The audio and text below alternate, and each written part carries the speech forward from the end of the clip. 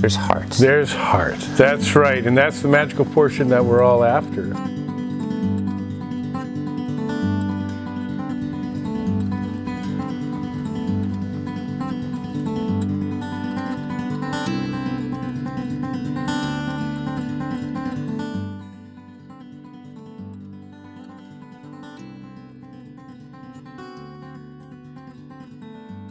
We're back at Tamar Distillery in beautiful Mendocino County with the legendary Crispin cane from Mendocino Spirits. How are you? I'm doing terrific, Casey. Good. Well, we talked distilling last time. Yep. And I feel like a lot of people, mostly me, want to know about the cutting process, right? So you do a double distillation process. Right. You ferment, you distill, right? Is that right? Yeah, in that and then order. you distill again. Correct. And then you got to decide what goes in the bottle.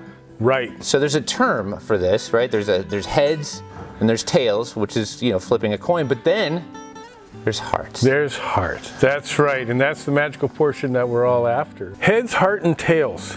In the beginning, when that second distillation starts, and we're going to make the high proof alcohol that becomes the whiskey, the portion in the beginning has higher alcohols and esters and ether and various impurities that we'd like to avoid.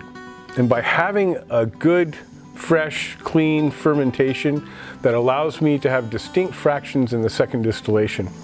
And so it's by both appearance and smell that I can determine the difference between heads and heart.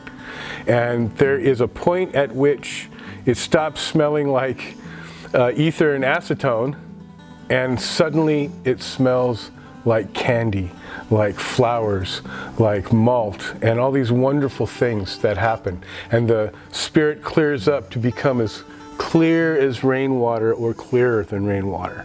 And at that point, I know that this is the stuff I start saving, and I make it go into a special tank that saves the heart of the distillation.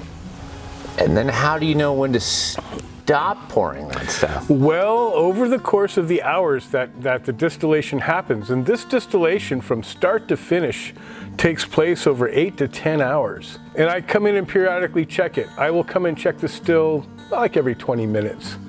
And when it gets closer to the cut between heart and tail, I'm in there checking it often, or I'll sit with it for that last half hour.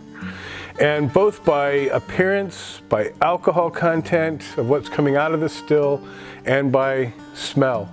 And smell is really the key factor here, because what happens is those wonderful smells I described a moment ago about the heart start to change, because all the wonderful flavors come over from the pot into the condenser and into our small tank. And so the smell and the flavors start to flatten out in a particular way that triggers me to say, I've saved enough of this wonderful stuff, and now we're going to divert it into another tank. And eventually we redistill that stuff, and nothing gets thrown away. But that marvelous heart is something I take great pride in. The choices I make during fermentation, the choices I make during distillation and aging, all lead to the wonderful finished product.